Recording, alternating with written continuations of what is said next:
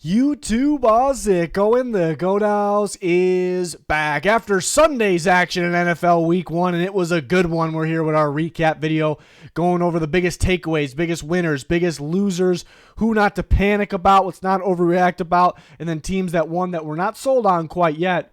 We don't want any overreactions at the end. My biggest takeaways of Week 1. So those are our new version of our recap video. We still have one more game left in Week 1. Monday Night Football. We'll be talking live during that game on Twitter. It's going to be a good one. But as soon as that ends, we get right into our Week 2 content. You see our schedule in the bottom left. We see what Twitter subs get underneath me. A lot of bonus content. And our sponsors on the right. Liquid IV, GLD Shop, Code GOAT, rocking the Rams chain from GLD Shop. Rams had a good Week 1. We'll talk about them. GLD giveaway links pinned in the comments. Picks leagues, all that type of stuff. Twitter links pinned in the comments. I'm excited about our new recap video. So, going to touch on the key points, but the biggest winners, I want to highlight the biggest winners. Not all the winners, not the teams that just won, the biggest winners. The 49ers were one of the most dominant football teams out there this week. 30-7 victory over the Steelers. I had a pretty good week picking. Gonna pat myself in the back a little bit, but I did not pick well in this game. I knew it was a little bold, but I thought the Steelers could pull it off. And the Niners and that makes it just that much more impressive to me. The Niners just obliterated them. Both sides of the ball. They were in mid-season form. And that's what stands out to me most. Like, no sloppy play. They're not only are they going to be a good team, they're already rolling. There was a little bit of a sloppy start last year. Lost the Bears in Week 1 last year. The Broncos loss was tough. They're going. They're going right now. Love that. Both sides of the ball. Well coached. Well prepared. Steelers look bad. 49ers kind of made them look bad. But that's not a bad team that they beat there. So that's another positive. Christian McCaffrey looked like one of the most dominant players in football in Week 1. Brock Purdy, there was no rust after the injury. There was no nerves. There was no nothing. He was on time with his balls and pretty damn accurate. And then Brandon Ayuk took that step we were expecting. Kind of took a little bit of a step at the end of last year, and he took that extra step this year so far, Week 1. Drake Jackson. How about Drake Jackson getting after the quarterback, getting after Kenny Pickett? Big-time game for him. He took that step. So just some guys who wanted to highlight there. It was just a dominating performance against what we think could be a decent team at least. Maybe not as good as we thought they could be, but 30-7 victory. Just sure thing, looked like one of the best teams in football, a heavyweight in the NFC.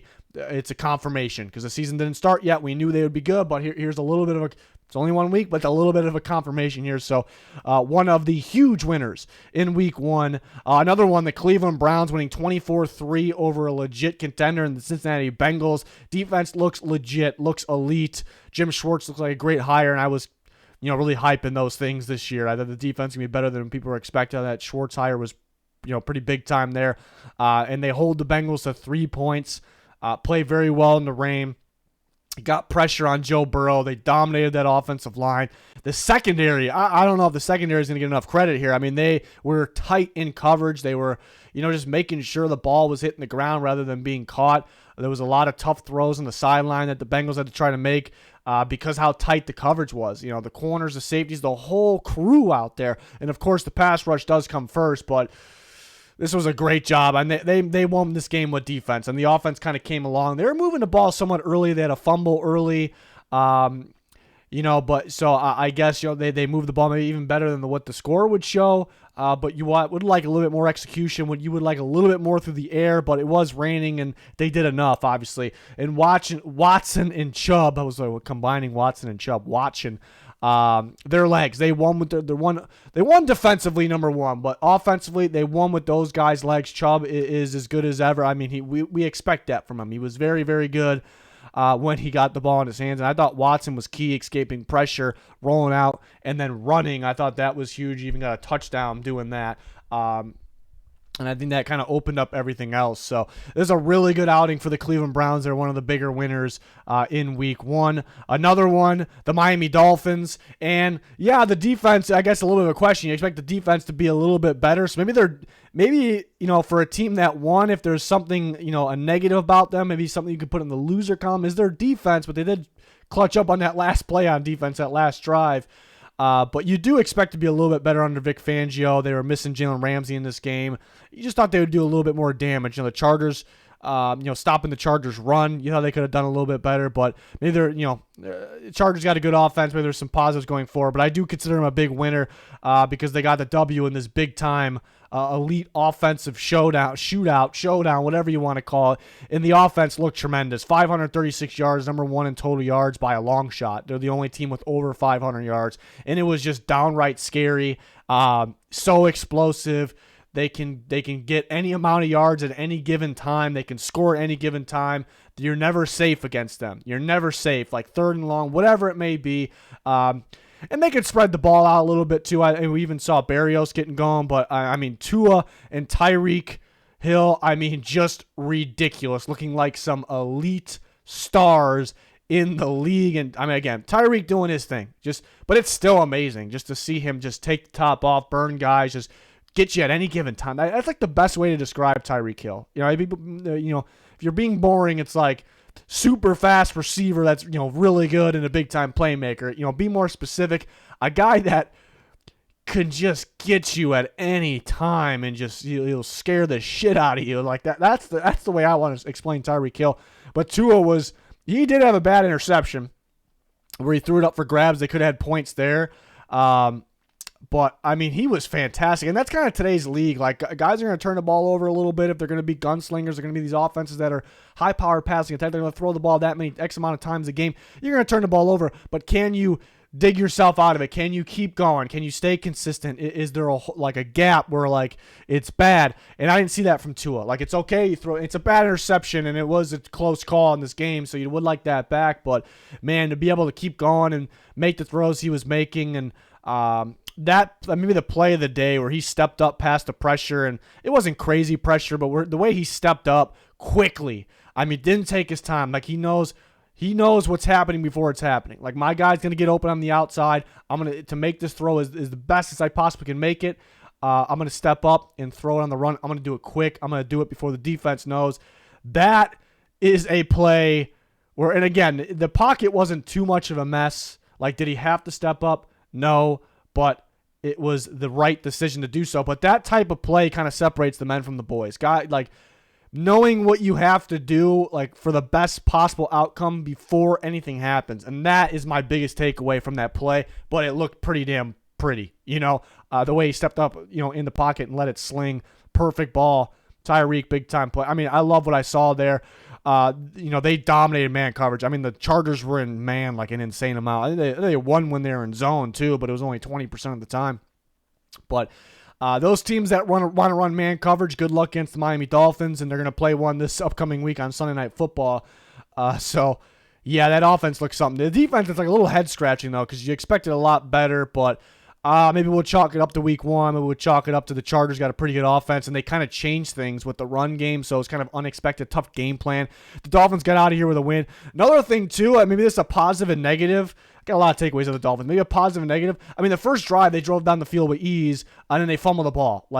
So on that's not good. You got to execute. You should have scored more points. So that sounds like a negative. But I thought that was kind of a sloppy week one type of mistake. That's kind of those types of things that we see in week one. So we'll chalk it up to that. That's fine. Legitimate excuse. And then the next drive, they score. Then the next drive, they moved the ball again with ease, but they only got a field surprise, and they only got a field goal instead of a touchdown.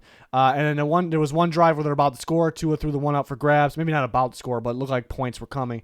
And it was intercepted. They moved the ball well enough to score over 50 points easily. And they scored 36. So you could say that's a negative, but hey, you're right there. You're that explosive to be able to score that many points. And it's week one where execution isn't going to be 100% for anybody. So if you continue to develop and execute throughout the way, you're going to be even better. That's a possibility. The one thing I still am looking out for is compared to last year, I guess health. But yeah, I thought Mike McDaniel's offense kind of got figured out as the year went on. And he kind of needed to go to the run a little bit more and kind of didn't. So that's something that's going to be in the back of my mind for the rest of the year. But, man, this was fun. This was fun for the Miami Dolphins here. I thought they were deserving of winning this game. It was back and forth, but as this game's going on, I'm it feels like the Dolphins are winning this game. It feels like they probably should win this game. And for a little bit there, it felt like they may not win the game. So, Usually that's just me being an NFL fan. Like I'm kind of pulling for the teams that feel a little bit more deserving in the game. So I'm in a way, I'm not gonna lose sleep over it, but in a way, I'm excited about the Dolphins and glad they kind of finished that one off there. And then next up, we got the Green Bay Packers, and this isn't one where we're gonna talk about the future a whole lot. Like, yes, the Packers will be really good because they won 38-20 in week 1. It's hard to say that, but I think they're better than people expected. We could say that.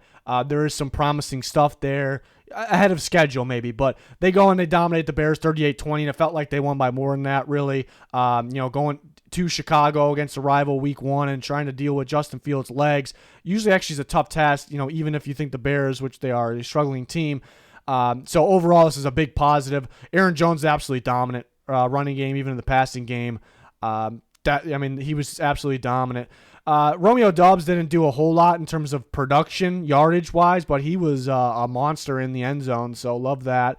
He'll go up and catch the ball. Jordan Love looked smooth. Put the ball in the end zone. He went through his progressions. He scanned the field properly and calm, like going through the progressions, and it's not like spazzy, it's not panicky, which it would, you almost expect for a young quarterback like that. And that's what I love. Like, he didn't go crazy in terms of the production, which touchdowns he did, but just being smooth, that's the big thing there.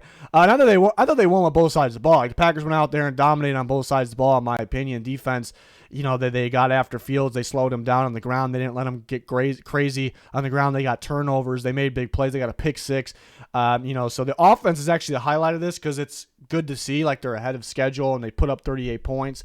But let's give credit to the defense as well. So this is one where it's like, some of these other ones were a little more confident, like Niners, Dolphins, we're a little more confident with what their performance in week 1 about the rest of the year than maybe the Packers. Like, this game won't really say for sure what they're going to be the rest of the year, but there's some more confidence. There's some more promising stuff there, more balance. You'll feel a little more comfortable about the whole thing in Jordan Love. So it's a pretty damn good outing for the Green Bay Packers. And how about the Los Angeles Rams just dominating the Seahawks? And this is a big one for me this week, kind of a big takeaway on why they are a big winner. Winning 13-3 against Seahawks is, week 1 every single year. A lot of time in week 2 and week 3, sometimes week 4 as well. There's always random upsets and teams win just because it's the beginning of the year. That's why they pulled off an upset, and it didn't mean much just because it was the beginning of the year and some weird, fluky, sloppy things happened.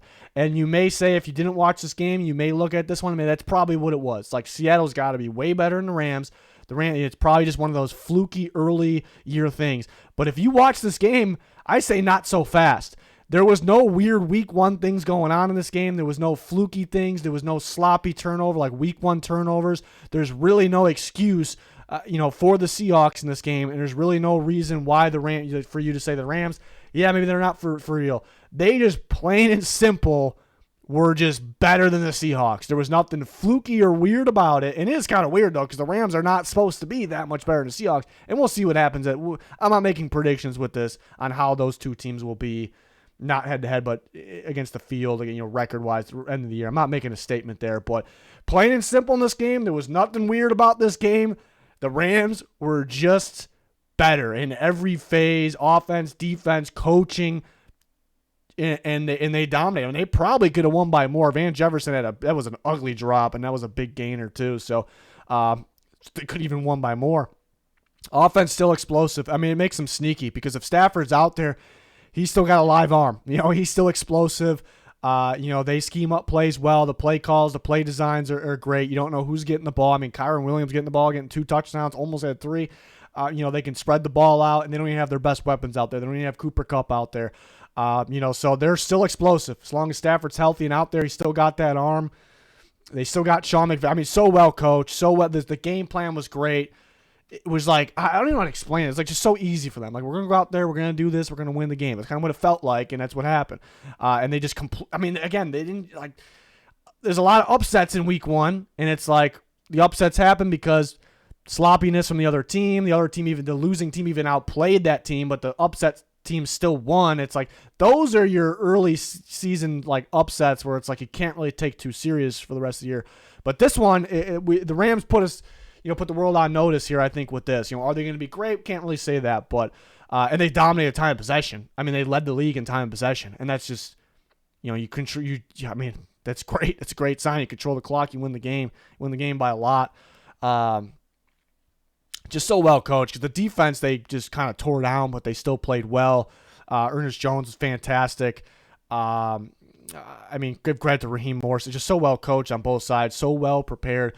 I was very much impressed with the Rams, and it who knows? They might just start losing like crazy. It could end up being a fluke, this thing, but it didn't look like it. It didn't look like one of those week 1 flukes.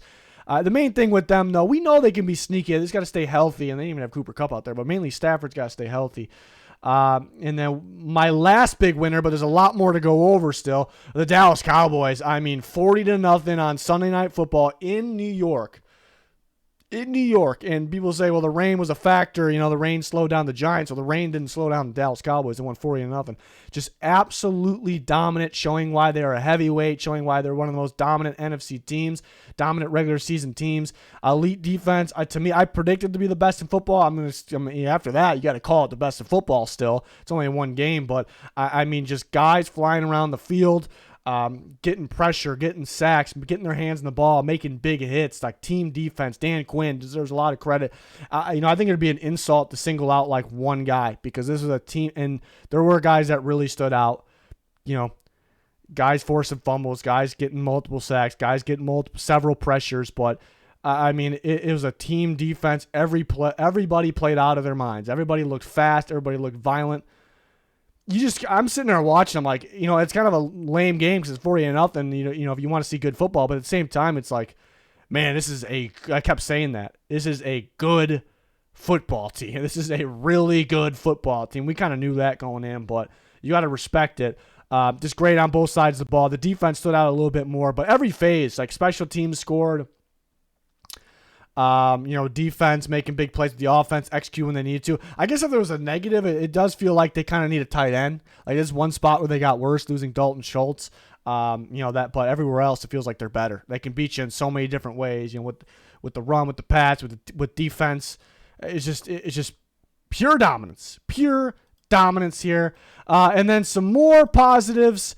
That I do want to touch on. Jesse Bates was fantastic. What a signing that was. These big-time playmakers just jumping routes. I mean, those weren't even the worst throws in the world by Bryce Young. They were just incredible plays by Jesse Bates. I mean, they could be better throws. And the running back duo is ridiculous. It's something you got to fear with the Falcons every single week. Algier actually got more touches than Bijan, which is a little bit of a question, but he played fantastic, and Bijan looked explosive, dominant. The Chargers lost. And they are going to be in the loser column too, so there's something we do have to talk about, the other side of the ball. But there actually is a big positive there, even though they lost. The new run game is promising. Like, that run game did not exist before. Like, that run game, it threw the Dolphins' defense off. It just looked different. It's a Kellen Moore run game. It looked explosive. So if they can get, and the passing game did enough, but if they can get a little more consistent and be able to close games out in the passing game and be able to protect and pick up blitzes better, because that was an issue there, Herbert getting mad at his own line. But if they can do those things, get back on track with those things, like, they could be very scary on offense, and they were scary on offense in this game. Don't forget they played a pretty good defense. I know they're missing Ramsey, but the Dolphins' Vic Fangio defense is a pretty good defense, and they almost won that game. They put up some good points. Lions, you play on Thursday. I mean, they're tough as nails. We knew that. Man killers. Why do teams keep running man coverage on St. Brown and Jared Goff? They will leak out, get open, and beat you. And they were the North favorites for most people, as it was. But, I mean, I think they're a big winner if you look elsewhere, too. I mean, watch out for the Packers, but, the Vikings could still be a good team, obviously. But mainly the big thing here for the Lions is they won a game they weren't supposed to. It wasn't really pretty. There was a lot of luck. There was some guys out. They did the job. Week 1's about getting out there with a win. That's all that matters. That's what they did. There's a bug in my face. It really wants my microphone. And... but they weren't supposed to win. They got their win, so they're ahead of schedule. The Vikings lose to the Bucks. They're behind schedule. It just makes them more, in my opinion, the NFC North favorites. Or it's still up in the air. It's only week 1, but I think for other people they're further along maybe.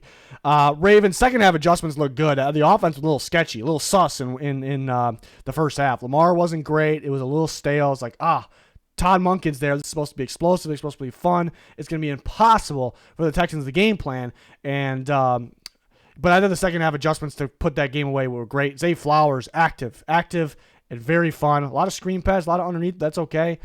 He's a problem, and that's a lot of fun. But the second half adjustments there. But the Texans, they lost that game. But I thought the defense was pretty tough. Like they did a great job in the first half. Again, the Ravens figured some things out in the second half, but it wasn't. I think they played tougher than we were expecting, and they got good. They got good pressure. D'Amico Ryans can have that defense playing. Will Anderson was fantastic. I thought Grenard was good. Hopefully Petrie's okay. But they're going to be tough. Don't think they're a pushover. The offense got to do a little bit more, obviously. But they're going to win games with that defense, I think. So there might be a little bit of a positive going on there. And I don't think I'm going to talk about the Texans the rest of this video. But offensively, yeah, need more points. But honestly, it wasn't the biggest negative there. Stroud was accurate. I actually thought they moved the ball better than what the points show. They played a tough defense. I wish the receivers were a little better. We knew that, though. It's not a big negative day for the Texans. It really wasn't a big, even though the score might show it, it wasn't a huge negative day. Biggest losers, anybody that lost is a loser, but who really stood out, kind of not just for the game they played, but also the outlook moving forward. Just the Steelers were all around bad. They were all around bad. Another big, I can't list everything on your screen, so it's very important to listen to me talk on these. But I picked a lot of panic in Pickett's game. A lot of happy feet, a lot of panic. The offensive line was not good. Deontay Johnson got hurt. It was his fault on one of those interceptions. Just plain and simple bad. The defense were giving up explosive plays. Corners, linebackers did not look good. They couldn't deal with McCaffrey. They couldn't tackle McCaffrey. It just did not look like a Mike Tomlin football team. And if I were to say off preseason who looked the most prepared for week one, probably the Steelers, based on the starters. I don't give a shit about final scores, win-loss. Probably the Steelers. And who looked, maybe you could argue it, but who looked maybe the least prepared for week one? You can debate that because I don't know if they were really sloppy. That's the problem. I almost wish they were there was turnovers, but turnovers doesn't automatically mean just week one. They're just week one turnovers. No, they didn't really look rusty or anything. They just looked like plain and simple bad, But does that mean they're going to be bad the whole year? No. I have a little more doubt in my head though with them. But it's just week one. I'm just saying a little bit more. It's a win. Even though the Browns look great, it's a winnable game. Monday Night Football in Pittsburgh. They're going to have to win that game. But this did not look, and I was getting hyped about Kenny Pickett. There's a lot of panic to his game. I don't like that. But I guess the positive is just week one, they played the 49ers, who could be the best team in football, best team in the NFC. Seahawks, best way to sum it up is look far worse than the Rams. But my issue with the Seahawks in week one is upsets happen in week one like crazy. Why do they happen? The favorite, just fluky things happen, sloppy things happened. There's week one reasons why they lost. I didn't see any with the Seahawks. Yeah, they got beat up at tackle. Maybe they got outcoached. They could have ran the ball, but they lost time of possession, so they couldn't, and they were down, so they couldn't run it anymore. So at least you kind of have that there where you can still feel it. They can win games running the ball. I guess that is the only positive. But I kind of wish there was a week, the reason they got upset, there was an excuse on why they got upset, a legit excuse that says, all right, it's probably an early season thing. Of course, there's a reason they got outplayed, but it's because they got outplayed. It's just plain and simple. The Rams were better in this game. And I don't love that. I don't like that at all for the Seahawks. I almost wish they lost because, yeah, again, they just sloppy shit, early season shit. And it's okay, they clean that up, they're going to be fine. But they lost because today, the Rams are just better. They're just better. It's not supposed to be like that, but plain and simple, today. I don't know about in 5 weeks or the end of the year, but today the Rams are plain and simple better. Bears, they were bad on both sides of the ball. If you take a look at all the teams and look at how they played on offense and defense, the Bears, combine them, the Bears are probably one of the worst in football. You could argue the worst. It just felt like the same old shit, with the Bears. It's mainly on offense. but on both really, because it's they just still couldn't stop the run. They couldn't stop Aaron Jones. It's still a problem. They were dead last year. They get linebackers and people think, oh my God, it's magic, it's fixed. Like, no, the linebackers are better, but they're going to be as good as the defensive line. The defensive line is still a big time work in progress, so they're still going to get beat by running backs, plain and simple. So it's the same old shit there, but offensively it's the same old shit it's been for years. Nagy, before Nagy, I mean, when they were going downhill. It's just a lot of small ball offense they're limited to, and it's a lot of not throwing the ball downfield, and it's just not a lot of executing on plays. It's a lot of bad quarterback play. It's still a lot of bad offensive line play. It's a problem, and people complain about the play calling. Was the play calling perfect? No, but they were limited for a reason. There's a reason they're throwing, they're calling some small ball stuff, but there was actually more. People don't realize, you watch, seeing a lot of film on this morning, especially, there was a lot of plays that were designed well downfield, and either Fields is not seeing it, not getting the ball out in time, not reading linebackers. We threw a pick 6 to, or looking to run too early, a lot of hesitation, or the offensive line allowing pretty quick pressure. So that was more of the problem than the play calling. I see a lot on Twitter, the play calling. No, I'm telling you straight up fact. Was that great? No, but it was more on really the execution. They made the receivers better. You got to give them the ball, though. Mooney's getting open. You got to get DJ Moore the ball. Fields got to take more shots down the field. He's not reading things correctly to do that. So hopefully he can figure that out. But yeah, he's kind of hesitating, panicking a little bit in the pocket a little too early there. So that is just plain and simple. It's the same old stuff with the Bears, and you hate to see it. You want to see some change there. And they're home against division rival, and it's usually tough to game plan for those running quarterbacks in week 1, but they just get beat up pretty bad. So they're still very much a work in progress, the Bears. The Ravens won, but to me, they're a biggest loser. I said the same old shit again. I mean, it's the Ravens. I said it on Twitter. The injuries piling up. It's just the Ravens. It sucks, but that's the Ravens. Like, Marlon Humphrey already hurt. He was kind of saying that going into the year. Like, that same old stuff. Like, he's hurt. Ronnie Stanley gets hurt in this game. I guess it's not going to be serious, but is this going to continue to happen? It's been happening. Marcus Williams has a serious injury. J.K. Dobbins out for the year. Good thing they didn't give him that contract. I don't know if they strongly consider that. It's a good thing they didn't. I don't know why he was holding out. But yeah, it's just the same old stuff, and they're a big time loser because they got beat up. They're worse, on paper roster wise because of the injuries today than they were going into yesterday, even though they won the game.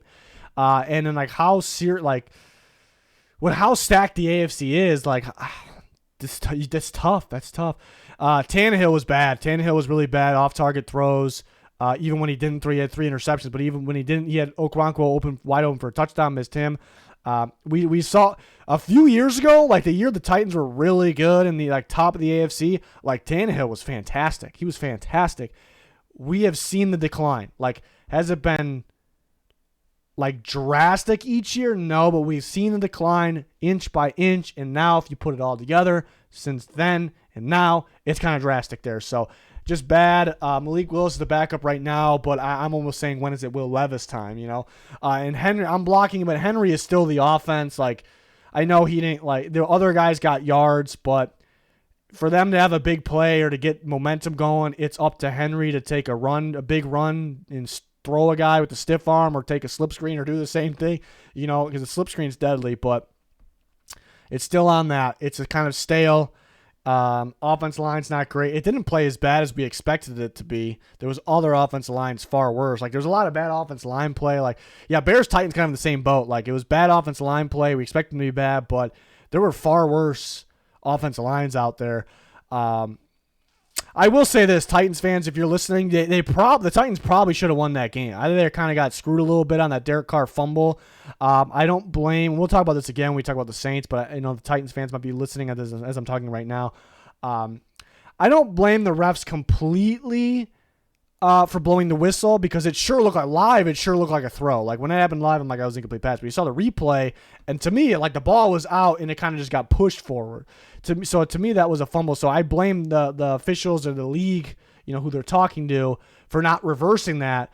But people, I guess if it's played correctly by the refs, they don't blow the whistle. They don't get whistle happy. The Titans scoop and score that for a touchdown. Instead of the Saints getting 3, the Titans get 7. Titans win this game probably, But and usually I do blame, and you do blame the refs for blowing the whistle, but usually it's like there was some last year where there was clear fumbles and teams scoop and score like out of the backfield for a touchdown. Like, what the fuck are you blowing your whistle for? You know, this one was like, okay, it looked like he threw the ball forward, so I guess we'll make it a excuse for the rest. But for them to keep that, I was shocked that stood. I was shocked, and the Saints got 3 points right after that. So the Titans probably should have won this game, but at the same time, you can't throw 3 interceptions. You know, you can't miss throws. You can't be that sloppy and expect to win the game at the same time, you know. But I Titans tend to do some of that stuff early in the year, so we'll see if that's just all it is.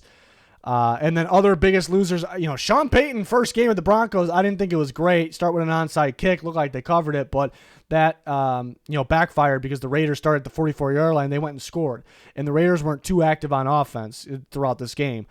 They were when it mattered, so we'll give the Raiders credit there. I give Jimmy Garoppolo. We won't talk about the Raiders too much. I don't really have too many big takeaways, but if you're a Raiders fan listening, I was impressed with Jimmy G, Jacoby Myers, Devontae Adams.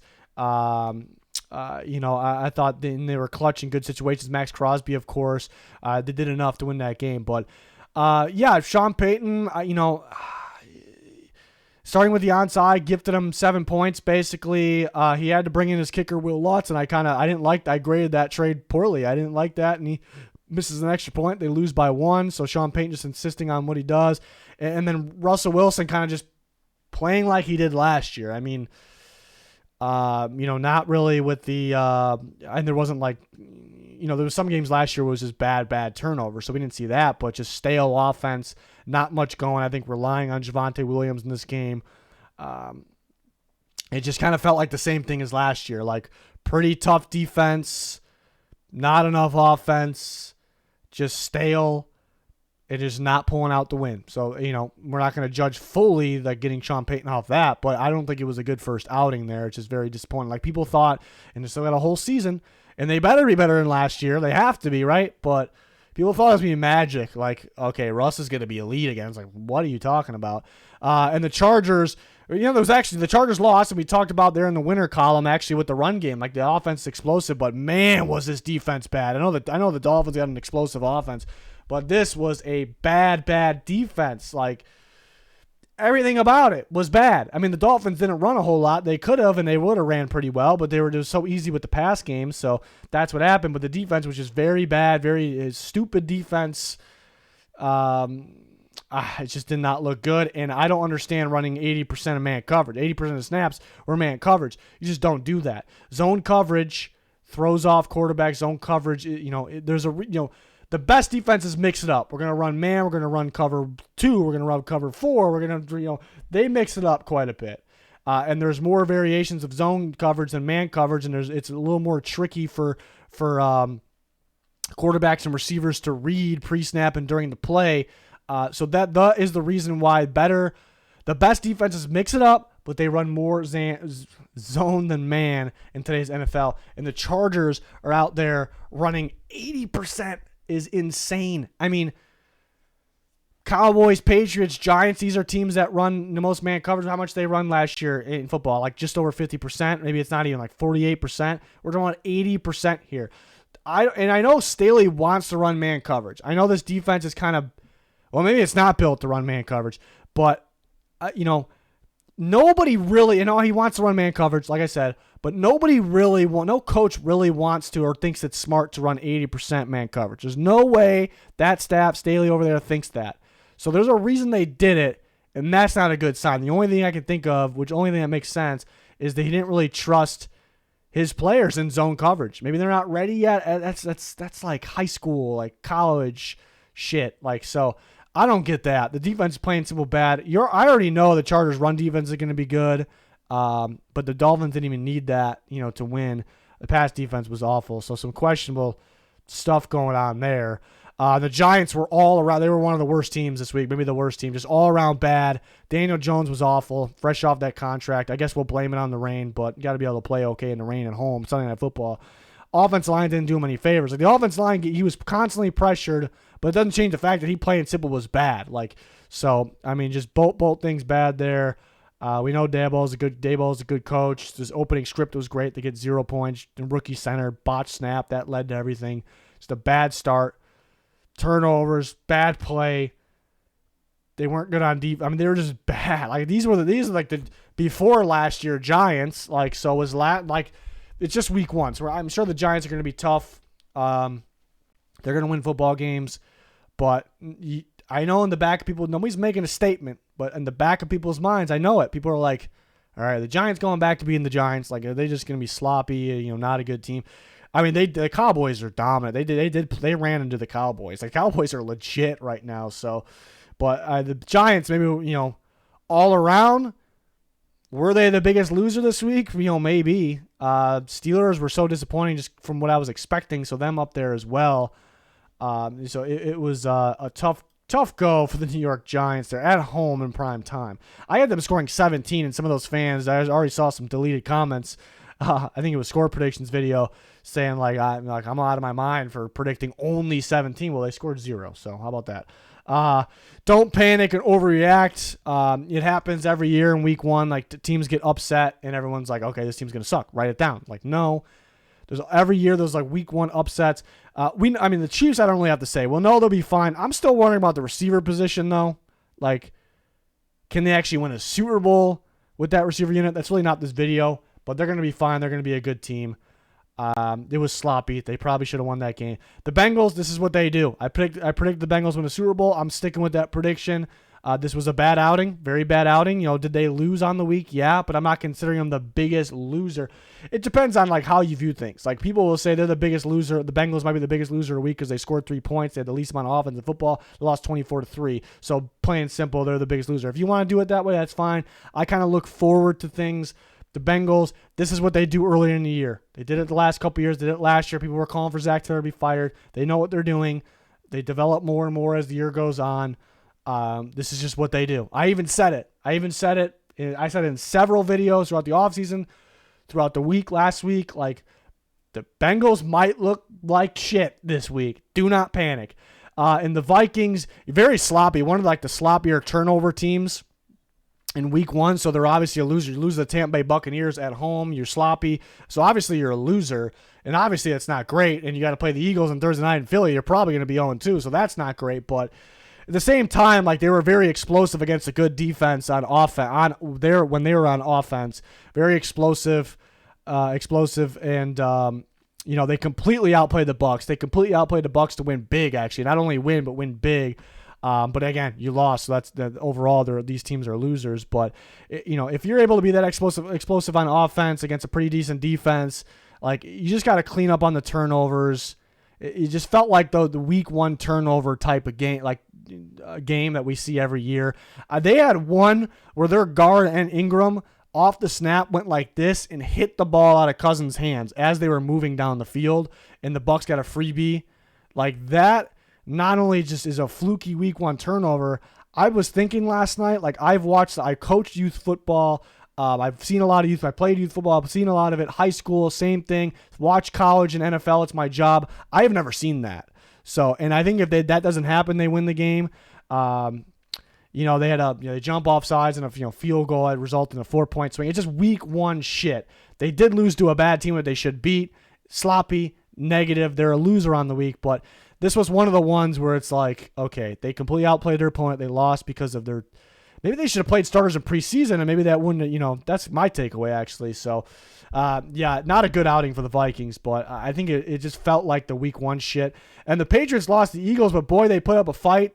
They could have won that game. Maybe you say they should have won that game, and it kind of, so they didn't. They had chances and they didn't execute. So again, these teams are losers, like a loser on the week, but some spelled wrong, but it's just SOM. We forgot the graphics guy forgot the E, but showed some upside and fight. And I do like that. And they progressed as the game went on against a tough team in the Eagles. They limited the Eagles offensively. They made plays. There's some upside. I see upside. I see it. I feel it. I see it. Does that mean they're going to be great? We don't know that, but I'm not going to panic about that loss at all. They showed some upside and fight. So there was actually some positives there. I guess for these teams I guess there was really no positive for the Bengals. It's just what they do in week one. It's just what they do. I'm not worried. And the Chiefs, Like, they played well enough to win, even though there was some sloppiness. The Vikings, they completely outgained the Bucks. So they're going to be an explosive offense. The Patriots, again, showed some upside. Probably could have beat one of the better teams in football. Some positive with these teams, even though they're end of the day, they're still losers in week one. And then teams I'm not sold on, it's kind of the same idea as the last one. Like, there's always the teams that win in week one, and people are like, oh my God, they're going to be good. Like, it happens every year, So teams, and these teams listed on the screen can be good. I'm not saying because they're on, I don't want anybody else to overreact from my don't overreact list. If they're on this list, doesn't mean they're going to be bad or anything like that. This just means let's slow down a little bit. Let's let this play out. That's what it means. Falcons, I love what I talked about them in the winning column. Jesse Bates, the running back duo, just how the run game is orchestrated. But the passing game is so stale. I mean, Ritter was accurate. He didn't throw a lot of incompletions, but there's not enough juice. I mean, Pitts finally got going as the game went on, but there's not a lot going during this game, and Drake London as well. Are they going to rely on the run game? And Ritter actually got pressured a bit, even though they have a good offensive line. I kind of put that on him a little bit. So do they have to rely on the run game and Jesse Bates making crazy plays with the defense? The defense overall played pretty well. But so overall, they dominated division rival. It's a winning day. Like, they won on the day. Like, huge must-win game, win by 2 scores, good stuff, but it's just, so I don't want anybody to take this list the wrong way. It's just, I guess, questions moving forward. That's kind of what this list is. Just because they won in week one, the questions aren't gone. They're still there. Commanders played kind of bad. They sloppy, and maybe some of it was sloppy. We'll chalk it up to sloppy week one. But Howell kind of doing the negative things he did at UNC. Like, he holds on to the ball a little too long. He makes weird decisions on how he wants to scramble around pressure. He'll take some weird sacks. He'll fumble. He'll have some interceptions. Antonio Gibson will fumble. So these, like, those things, like, again, maybe it's just sloppy week one turnovers, but I don't know. Like, those are some things that are, we wouldn't say are uncharacteristic. They're characteristic, if that makes sense. And they very easily could have lost to Josh Dobbs in the worst team in football, who we think is the worst team in football. Very easily could have lost that game. So maybe, a team coming off a win, we kind of, there's more questions. So don't want to go. So they won. All right. They're on the way up. Let's hold up. The Bucs, it's a win for the Bucs. They got good pressure. Winfield made plays. They got 3 turnovers. Baker, wasn't great, but he was clutch in the end. Still spread the ball out. They beat a team that won 13 games last year in their house, and they're not supposed to win that game. So overall, it's a win for the Bucs. They won the turnover battle 3-0, and they just squeaked by. Like, are they going to rely? And even though they made plays on defense, like, they got those turnovers. That's great. But they gave up a lot of yards through the air. They really struggled to cover guys up. They were good against the run, but it took a 3-0 turnover victory to just squeak by. And again, there was some weird, like, the Vikings guard slapping the ball out of Cousins' hands, like, weird thing, like, all those things, like the 3-0 turnover battle, like, impressive. Baker didn't turn the ball over, but are these things do they need these things to happen every week? That's kind of my thing. The Bucs are ahead of schedule. They won, but does my outlook on them change? Like, they're going to be a low-scoring team. They're going to have to rely on those turnovers, the defense, making clutch plays. So I don't know if the outlook or my thoughts on the Bucs going forward really change. We need to see more of it, I suppose. And the Saints, I thought were pretty fortunate to win. I talked about when we talked about the Titans. I do want to give credit to the Saints. They won the game. They played good defense. Olave's fantastic. I think like I said, Derek Carr, Chris Olave is a good connection there. Shaheed made plays. They got out there with a win. Defense, great. Latimer, big time. That was a big time impressive interception. They got their hands on the ball 3 times. But I do think they're a little fortunate, and they're a little stale in the red zone. Carr was a little off. Is like the way the ball was coming out didn't look right a lot of the times. Maybe it's just a week one thing.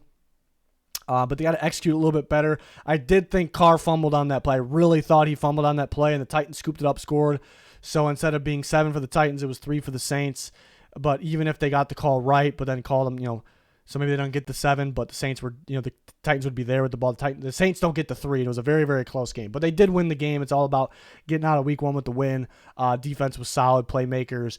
But it's still a team I expect, the NFC South's on here. The Saints, I predicted to win the NFC South for a reason, so I still would expect them to win that. I'm not guaranteeing anything, so the outlook on them is still me thinking they can have a pretty good year. It's just I still have questions. I still want to learn more. I still want to see more about the New Orleans Saints there. And then the last thing here is my top 5 takeaways. And some of these aren't news. They're not news to people, but Dallas Cowboys confirmed heavyweight. But we kind of knew that, going into the year, but they go out there and prove it, and just to show like they're confirmed going to be a dominant NFC team. That's kind of my takeaway. As I'm watching this game, I knew they were going to be a good football team, but this is a good football team. They will be tough to beat. Now we see it in action. It's confirmed. It's the same exact thing with the 49ers. Confirmed. These are the two biggest team winners. I think the Dolphins offense, the Browns defense, but the Cowboys and the 49ers were the best teams in football this week. Watch out for them. Top teams in the NFL. Dolphins offense, downright scary. They can beat you in anything. I talked about earlier in this video right away. They can beat you in anything, any down and distance, any time. It's so explosive on offense. 500 plus yards, best in football. Scary. Browns defense is legit. I did predict that going into the year, and it's only 1 week, but I think it's going to be legit. They can beat you with tight coverage. They can beat you with the pass rush. They dominated the Bengals. And the Rams are sneaky. As long as Stafford's out there and he's playing healthy, and they got Sean McVay and Raheem Morris, that coaching staff, the Rams are a sneaky team. They completely outplayed the Seahawks, and it didn't have to do with any week 1 fluky shit. The Rams were out there, and they balled.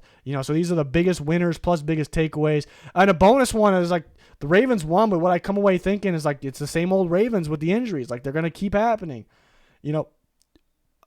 Can we call in the AFC, looking how stacked the AFC is, and the Dolphins getting better. Chargers lost, but that offense is ridiculous. The Browns getting better. All the other teams, we know they are. I don't have to list them. Are the Ravens just, it's hard to take them serious. Even though we know they're a talented, good football team, but so the Ravens, it's a weird one where they won, but and there's some good things in the second half. The adjustments, Zay Flowers, they played better in the second half. That's great, but there's some negative thing are they going to keep getting beat up? Are they too beat up to contend in the AFC? That's the problem. It's a problem to me. So there you have it. My new version of the recap video. I like it. It's a little more exciting. We touch on some key points a little bit more rather than just talking about everything that happened in every game. This could look a little different week to week.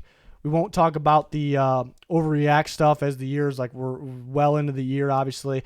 So let me know your guys' thoughts on this, taking some feedback. But we have the full slate of content for week 2 coming up. It was a hit. It was a success last week, so I am pumped about it this week and for some football this weekend.